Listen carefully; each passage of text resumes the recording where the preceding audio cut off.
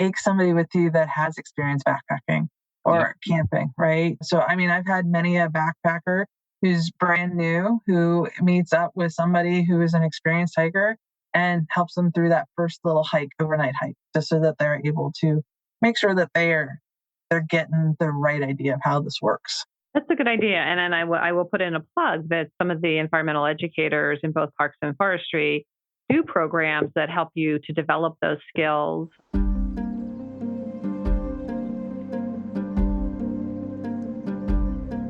Imagine a place where stress fades, fresh air fills your lungs, and adventure awaits around every corner.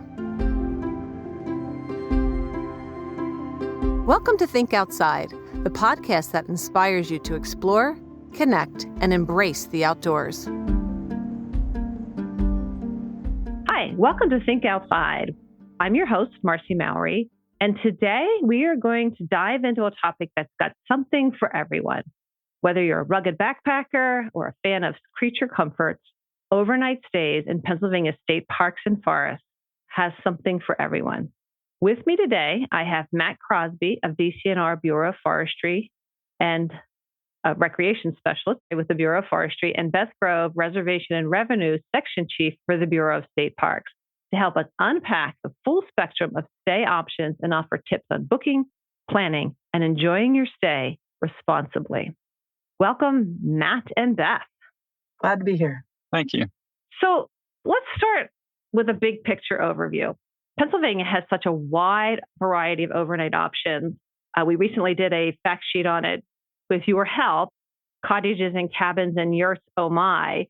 Even the word yurt might stumble some people. What is a yurt? So can we unpack that wide array of options, both in state forests and state parks?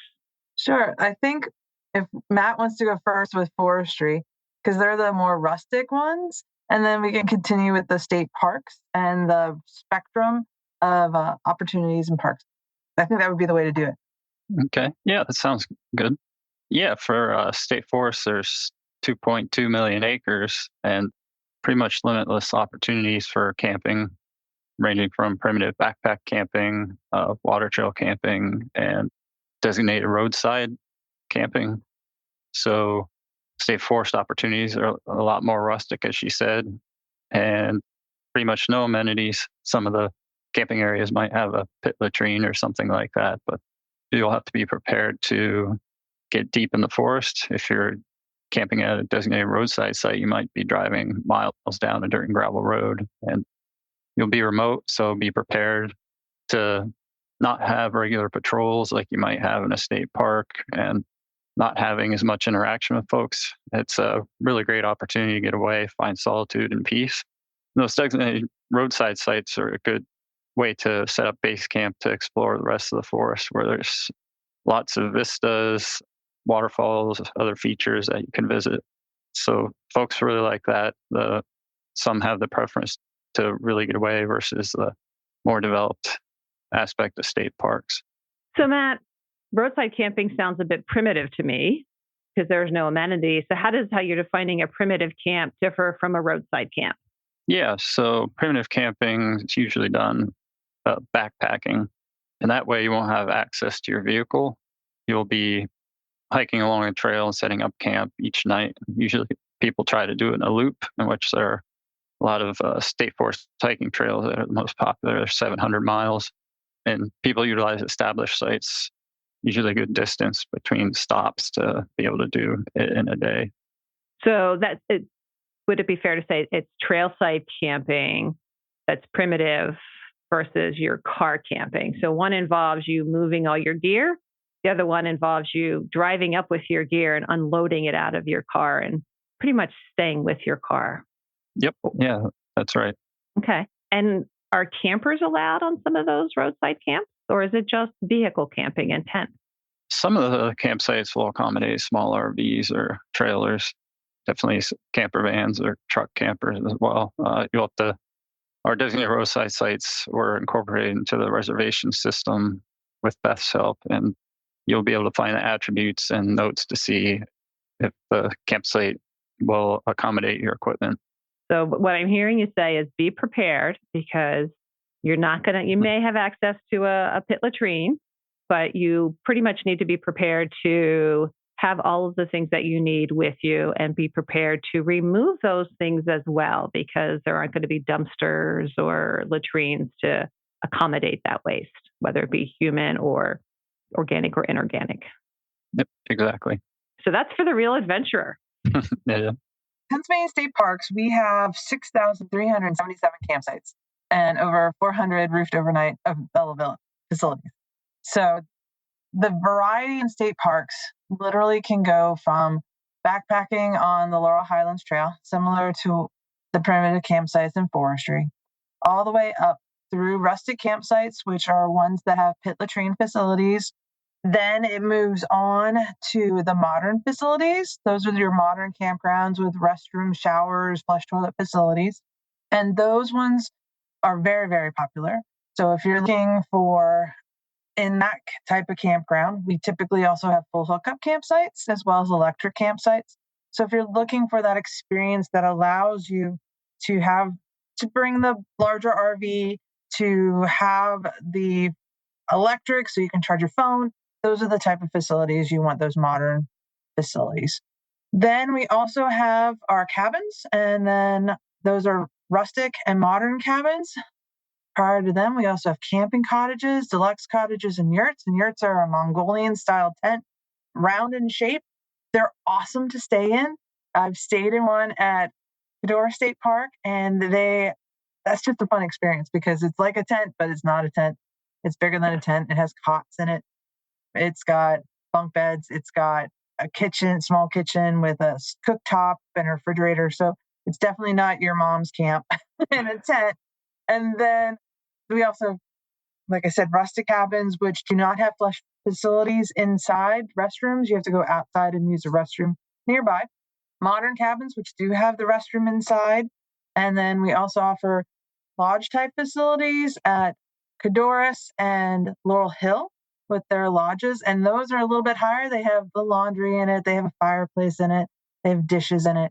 So we're going up the spectrum as we go, right? And then we have the mansion rooms at Kings Gap, which is like a bed and breakfast kind of facility during the summertime time frame. And then we have the Nature Inn, and that's the full experience of almost a hotel-like environment. So that's a wide range of opportunities. So something for every taste or every experience desired. Exactly. And we wanted to make sure that we had price points for every type of visitor to Pennsylvania State Park, so everybody can come out and enjoy an overnight experience. If you could clarify, you mentioned that the lodges available at like Cadorus have dishes available. In your modern cabins, your cottages, your CCC, how do people prepare to stay in one of those types of facilities? So those facilities, we put into the reservation system the attributes that say, if you don't see it, if it's not present, so if it doesn't say pencils and silver and plates are available with a yes, if you don't see it at all, it means it's not available. That's the standard for our reservation system provider, that if it's not available and doesn't say yes, it doesn't appear as an attribute. For the most part, we did get the pets, so it will show a N for no pets permitted in that facility. But if it says yes, it'll say it in the attributes. If they have it, it's there. So that's how folks know for those large lodges if it's available or not. For those modern cabins, I can tell you that the modern cabins do not have any type of dishes or plates or things along that line, but they do have stoves. They do have many of them. There's microwaves. There's a refrigerator. There's running water. There's a shower. There's a ceiling fan in there for the most part. Some of them also have the ability for AC. And if it has that, it'll say that, like Raccoon Creek State Park cabins have it. So they have the AC listed as a yes. But everybody else, just look at those attributes. It'll help you know what to bring. I know for me, when I go stay in a cabin or a camping cottage or a rustic cabin, I actually use the camping kit that I have for when I tent camp. And it has all my plates and dishes and pots and pans and all that good stuff in. So it's just, for me, it's just grabbing the tote and just putting it in the cabin as opposed to just having it in the tent. Same for me. I just had a lovely stay at Prince Gallitzin State Park in one of the modern cabins. And I had my little bedroll and I had my box of dishes, and it was very nice. And I also think of staying up at Little Buffalo in the lodge, and I've stayed in Hoffman Lodge. So a lot of different opportunities.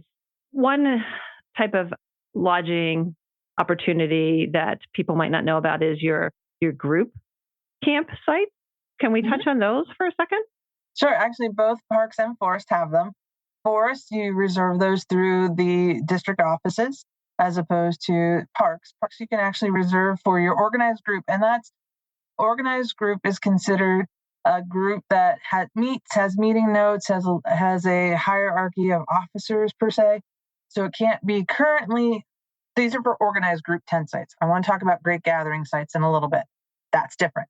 But for these organized group tent sites, they're for like your Boy Scouts, your Girl Scouts, your church groups who want to come out and spend some time as a group together.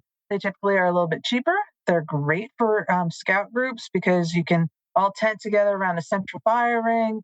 They often have tables to accommodate your group. Those can be booked online now or through our call center. You can only book them through the park offices 2 days prior, but forestry ones you can book through their district offices.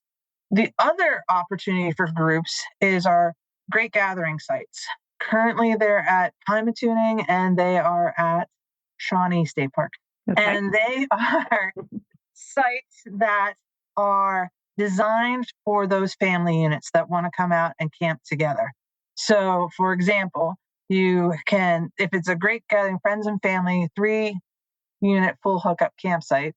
Yeah, that's a mouthful. That means that you can have 3 RVs on the site together around a centralized picnic area and fire ring so that grandma and grandpa, aunt and uncle and their kids and mom and dad and their kids can all gather together, have a small family reunion, and just enjoy the outdoors together. It's a new experience for parks too in those great gathering sites. And I know they are looking at having more of those throughout the state. And people can reserve those on the reservation site as well? They can. Just look for those great gathering starts of the tags at Shawnee and Pymatuning, and then you'll be able to be good to go. Thank you. You're welcome. Well, that brings up a question that I have for Matt. Matt, we talked about trailside camping. And do you need to reserve a site if you're trailside camping, whether it's on a hiking trail or you're on a water trail? What's the process for letting a district forest know that you're going to be on their land? Yeah, for trailside camping, primitive camping along a hiking trail, you don't need a permit if you're not staying at a site more than one night. So it's geared towards that backpacking experience where you go from site to a different site the next night. That doesn't require a permit. However, you could contact the district office if you wanted to alert them that you'll be out there for safety reasons. Just make them aware. Also, some locations may require a permit if it's highly used. So you can research that kind of thing ahead of time. Water trail camping, similar. You could stay at a site for 2 nights without a permit. And a lot of those are on river islands. Some popular ones are along the Pine Creek in the gorge, and those sites require a permit because of the popularity. That's a really neat experience to be able to float down Pine Creek and camp along its banks. Or in my case, I pedaled my bicycle up the Pine Creek Rail Trail and camped at one of the forestry campsites. Yep. Yeah, that's great too. Yes. So how would a user know that it is a site that might require a permit because it's a highly sought after site? Is there a place they can go to learn that? Yeah, it's always good to check the state forest web pages under the hiking tab and the camping, and you'll be able to find some of that individual information specific to the site. There might be some locations along trails where it just says camping closed because of sensitive areas. So you'll just have to continue on the trail to find a suitable location. And some of those trailside sites, like you mentioned, are along the Pine Creek Rail Trail. They're not accessed by a vehicle, but because of their popularity and the level of development, they require a permit. And you can get those through the reservation system. And if you don't need a permit, you did mention that, you might want to alert the forest district from a safety perspective. Are there other reasons that you would want to let the forest district know that you're out there? Yeah, another big reason would be to communicate with them if you're wanting to know the fire danger ratings in the spring specifically. there's a campfire ban. However, some forest districts may allow it if they've got a lot of rain, over the weekend or something. So if you communicate with them and get a permit, they may allow a campfire. So what I'm hearing is best to communicate. Even if you don't need a permit, maybe touch base with the forest district office, ensure that you do or don't need it, and then you'll find out if there's any current trending guidelines that you need to follow based on weather conditions or sensitive habitat, or maybe something is maybe there's now a bald eagle nesting there, and that site that wouldn't be there until the nesting season has passed. Yeah, and there's advisories on the webpage too. But touching base with forest district staff is always a good idea, and they're glad to help you plan out your trip if you have any questions. Great, thank you. Now, Beth, the reservation system, forestry, driving campsites are on the reservation system. All of the amenities that you talked about are on the reservation system. What are some tips for navigating the system? So I think some tips are for example, full hookup campsites and electric sites and cabins, in particular modern cabins, are some of the most popular facilities. You can book for those facilities up to 11 months in advance. And the only exception to that is the Nature Inn at Bald Eagle, and that's available up to 2 years in advance. So if you have a particular site that you like, that you try to book every year, you can definitely look at that maximum booking window. One of the other tips and tricks that I have for you is that, let's say that favorite site is booked for that weekend, or you just want to get a cabin, say at Clear Creek State Park, right? There is an availability notification that you can create that is there that will send you an email saying, guess what? That weekend you wanted to go to Clear Creek, there's now a cabin available. It doesn't hold the site for you. It doesn't guarantee you the site, but it tells you, so you don't have to go in and check every day or every hour or every whatever time frame. It will send you an email saying, hey, as of right now, something opened up. And if you're quick enough, you can book it. So we think that was a great tool for our customers, because we often get calls in the park office saying, hey, do you have any availability for this cabin? Or, hey, can you put me on a wait list? And unfortunately, we can't do that. But this availability notice helps to navigate that and say, hey, yeah, we got one right here for you. So I think that's a great tool for our customers when they're looking for that favorite site. One of the other things, too, that we've implemented is add favorites. So there's actually you can favorite your favorite site, you can favorite your favorite park. And then if you're looking for a particular weekend, you can just look for those favorite sites without having to scroll through all the data. So definitely play around with the reservation system. Check it out. It's saved under your profile. So the next time you go in, you'll be able to pick those up.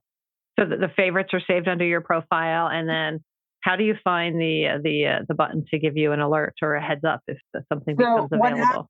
That's a great question. It'll pop up and says, hey, there's no availability.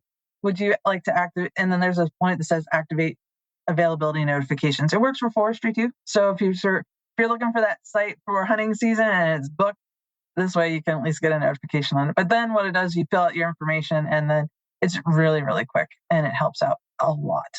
And I think on the flip side of that, it's important to remind people that if you aren't showing up, please let the park know or cancel your reservation online, because those sites are held. And so as somebody that's campground hosting, people are like, well, the site's empty. They haven't been here for 5 days. Well, the person who reserved that site has that site, whether or not they show up or not.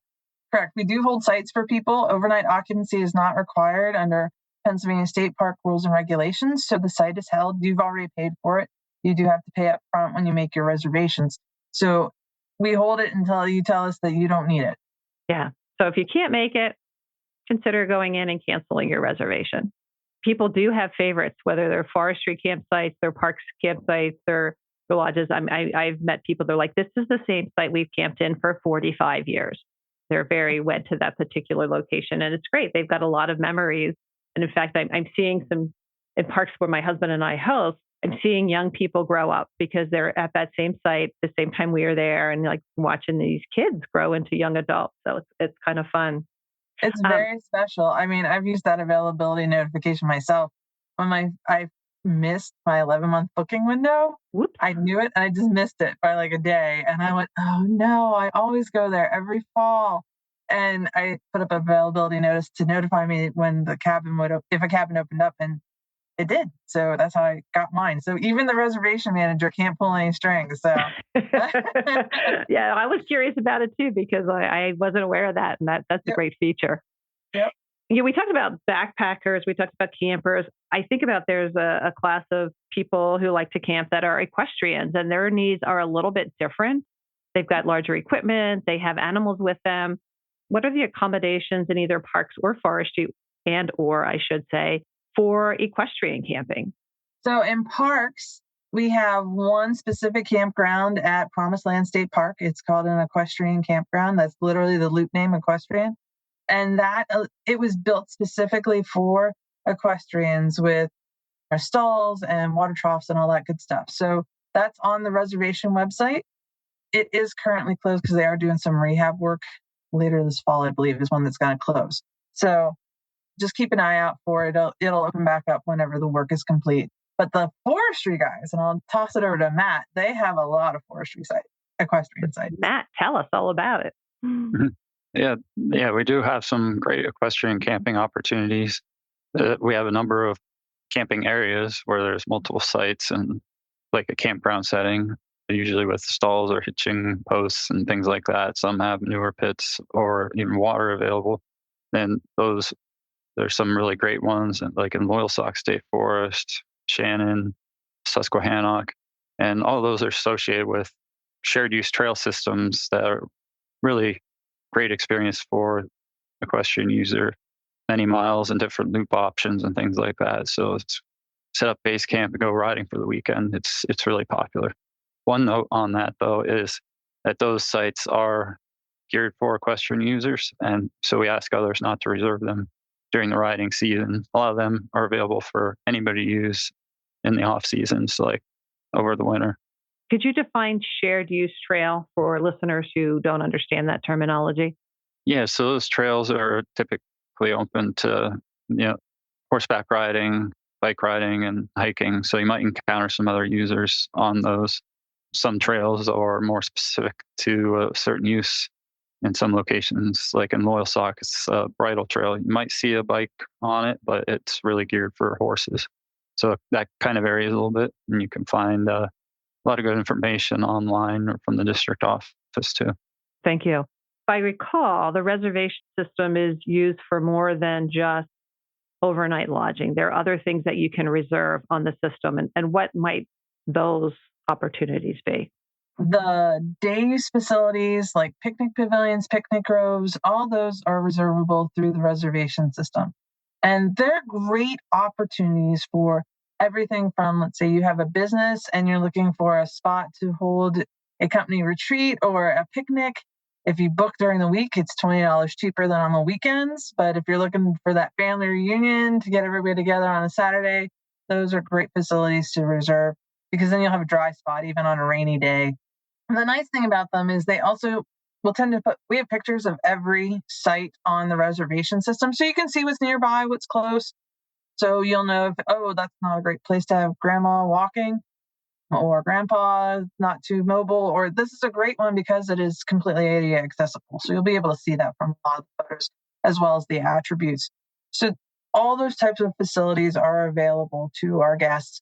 There are other facilities such as meeting rooms. So, for example, Cadorus has the classroom building there that's used for weddings. That one, unfortunately, is only reservable through the park office because of all the special conditions. So there may be facilities that aren't on the public-facing reservation side, but are available for reservations. So if you see something cool, like the classroom building at Cadorus or the reception hall up at Little Buffalo, those ones are only reservable through the park offices. And the pavilions, do they vary in size or, how do they do? They do. So the way you can search by how many people you're bringing. And so if you're looking for one that holds 100, you'll know the one, you'll be able to tell. You can put that in the search feature that, for example, at Pine Grove Furnace, there's 2 pavilions. One can hold around 100 people. One holds less than that. So it'll be able to tell you if there's enough table space for your group for everybody to have a seat. And some will have electricity, some won't have electricity. So Correct. You have to think about how you're feeding people, what your needs are in order to make sure that you have something that's really going to meet your needs. Correct. And that's the nice thing about the search feature on the reservation website on the left-hand side. When you go in, you can filter for those things. So let's say you do need an ADA accessible pavilion for somebody that has a mobility issue. You can actually search for that feature to make sure that everybody in your party can come. Or if you need electric, it can also search for that as well. That's a great feature.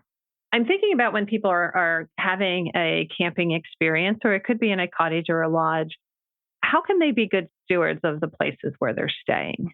So for me, I come from a Girl Scout background.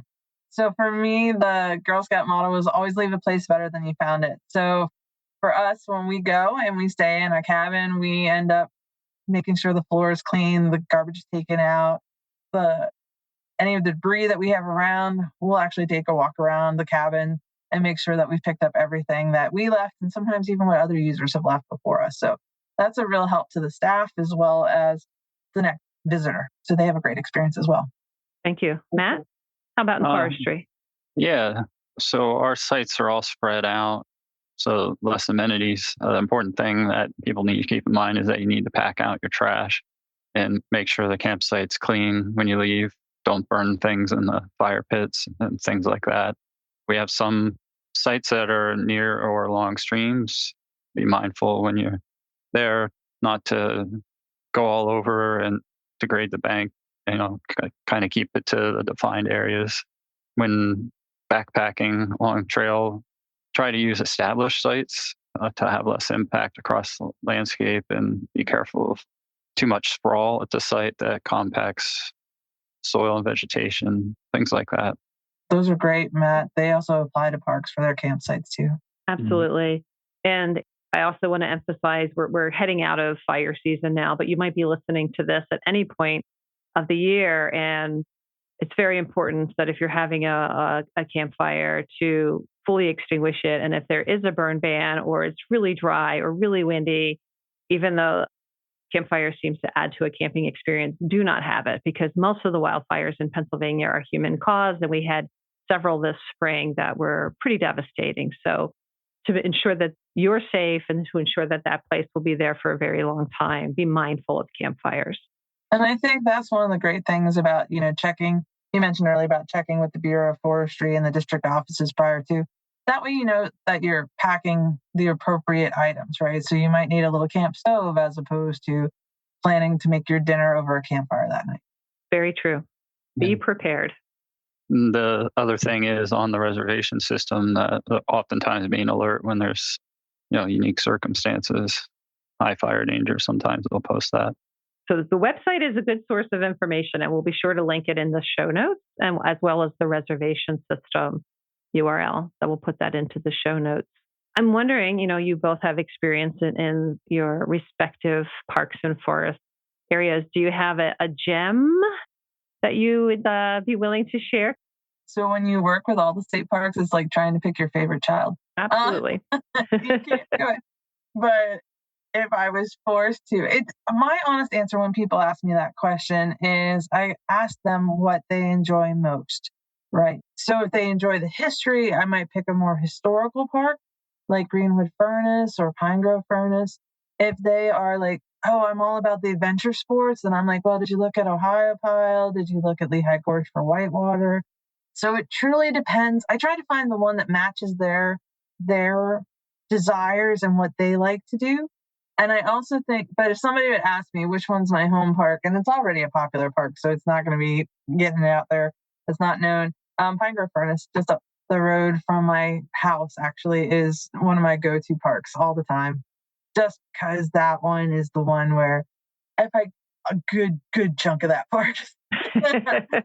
And they have they have 2 lakes, right? They have a campground. They have a unique house to stay at. If you're back, they have the backpackers that come through with the Appalachian Trail. So they always have stories. It's just they got organized group tenting areas for scouts. And that's where my scout group always camped when I was a child. So I just like that park a lot. And it's got great hiking as well. It's from everything from beginner the whole way up through a little bit more experience with the AT. And then even going up the full steeple can be challenging if you go up the front as opposed to around the back. So I think that's always a near and dear park. Yeah. And it's nice. It's also surrounded by the Michoud State Forest. So you It can, is. It you is can make because a then you can go. multi-day adventure. You can actually, and a lot of people. So I used to work at Caledonia, which is on the other end of that Michoud forest line, pretty much. So we would often have hikers that would hike from on the backpacking trail on the AT from Caledonia to Pine Grove just as a weekend and stay partway in the Michoud State Forest. So it's just a great opportunity. Great. Thank you. Matt, how about Matt, you? Yeah, a favorite camping opportunity would probably be for me in Loyalsock State Forest. There's a lot of great sites where you can kind of get away from a lot of activity, just really get to relax and explore some of the trails in that area. And also throw one out for parks. I always enjoy Ole Bull State Park, largely because of just some picnicking experiences and things with the family growing up. So that's something really neat about our campgrounds. I think we touched on it, is the kind of the ties with family and those kinds of experiences, kind of draws you back often. So those memories, yeah. those childhood memories. Very Cold Creek. Yeah. Yeah. It's very nice along the banks of Kettle Creek in the swimming area. Yep. If somebody is new to camping, is there a spot that either of you would recommend for somebody that's never camped in a park or a forest? That's a great question. Again, it comes back down to what you are looking for an experience, right? So if they're looking to just not maybe go camping quite yet, but a cabin, then I would say look at the modern cabins because that's the closest thing like to being at home, in a house. But if they're willing to try tent camping, I would definitely typically pick one of the larger ones. And I say this because typically there's campground hosts and they're great volunteers. And I've seen hosts when I was a field manager help people put up tents and help figure out how to back up their RV into the parking pad without hitting the electric post and all those kind of things. That's what I would pick, one that has those hosts that are so critical to helping operations and helping our guests and our visitors, as opposed to going, that's just me. That's my opinion as a park person. And typically we also have staff who are willing to help, and there's more staff at those larger parks typically. Okay, that's good advice. Matt, do you have any advice for the first timer? Yeah, it's a good point. And I think it's kind of the inverse of how we started. We started talking about the most primitive experiences and worked our way up to the cabins and everything Beth was talking about. So if you're new, it might be good to go in the opposite direction and kind of get yourself more and more comfortable with those kinds of experiences. In a state forest, probably a campground setting would be most suited for a new camper. You might be a little more comfortable with others around and having access to a restroom. Something really neat about our roadside sites, some of them are hike-in. So you'd park and then there's a defined path up into the campsite. So if you're interested in backpacking, you're not quite sure if you're up to it or it's your thing, that's a great way to kind of test your skills out because you still kind of have access to your vehicle, but you're going to have to get used to carrying your equipment in and everything like so. And being alone. We call that a shakedown. Great way to do your shakedown. Yeah. I think one of the other things too, right? So you could do is take somebody with you that has experience backpacking or camping, right? So that if you hear your buddy who's always been camping and they always go camping at this particular park, you can say, hey, do you mind if I tag along on a nearby site just so because I trust you and I know who you are and I know you wouldn't leave me wrong, right? Like that kind of idea, that partnership, so that you're making it an experience with your friends and your family. And they're willing to help you in that case, So, I mean, I've had many a backpacker who's brand new, who meets up with somebody who is an experienced hiker and helps them through that first little overnight hike, just so that they're able to make sure that they're getting the right idea of how this works. That's a good idea. And then I will put in a plug that some of the environmental educators in both parks and forestry do programs that help you to develop those skills. And there's also women-only events that are being hosted in state parks that help to develop those skills. So not only to develop your skills, but maybe meet other people who are on the same journey so that you have that buddy who wants to go out backpacking with you or doing, a multi-day bicycle trip or a multi-day canoe trip. So, keep your eye on the events page of the DCNR calendar, and you might find those opportunities to learn a little bit more, build your skill, build your confidence. Absolutely. Before we wrap up, I think it's always important to remind people that our parks and forests are not always in areas where there's cell signal. They're in areas where there's not always the opportunity to be connected to the internet. So you do need to prepare for that. Make sure you have what you need. Don't rely on your phone as your backup. Completely true. Letting people know where you are. I mean, there are a lot of opportunities, and that's one of the beauties of our state parks and state forests, is that not just these opportunities to engage in the type of outdoor recreation that you enjoy, but they are places to de-stress, relax, reconnect to family and friends.